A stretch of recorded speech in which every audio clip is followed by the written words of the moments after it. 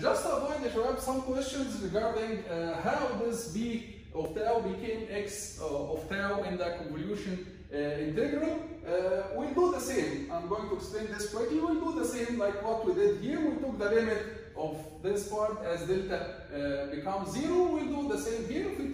If we take the limit of this part of the input signal, which was discrete, as delta goes to 0, then our input signal x of t will be the limit of this summation delta t minus k delta times delta, and k goes from minus infinity to infinity as delta goes to 0. If we take the limit for this summation, of course, as delta goes to 0, the summation is going to become integration, and v of k delta, v of a certain shift k delta, it will become continuous, right? Continuous function, we are going to call it v of tau. And we call it tau here because we don't call it t. Why don't we call it t? Because t is the variable, the time axis, while k delta here represents the shift.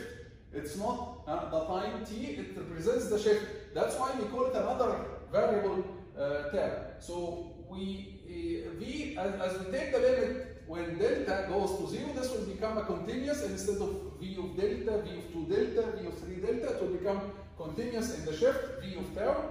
And this delta also, instead of being separate deltas, it will become delta t minus a continuous shift tau, and this delta will become this delta, which is the separation between each impulse and the next impulse, will become a differential.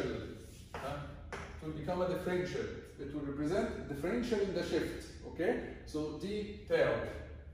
Okay, sure. From minus infinity to infinity, the shift goes from minus infinity to infinity. So basically, when you take the limit as delta goes to 0, the shift, the variable that represents the shift, and be careful that this variable represents the shift, it's different from t, which represents the time axis. Okay, this variable which represents the shift, it will become continuous, and we called it tau. We called it tau, and the difference in the shift between one impulse and the next impulse will become a differential d tau.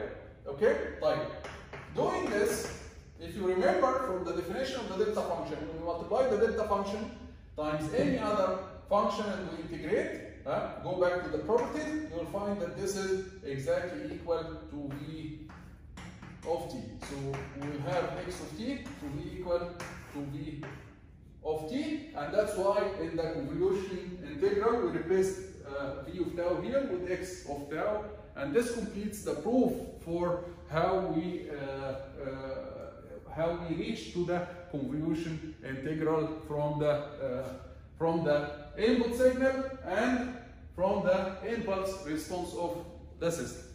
Okay, see you in the next video.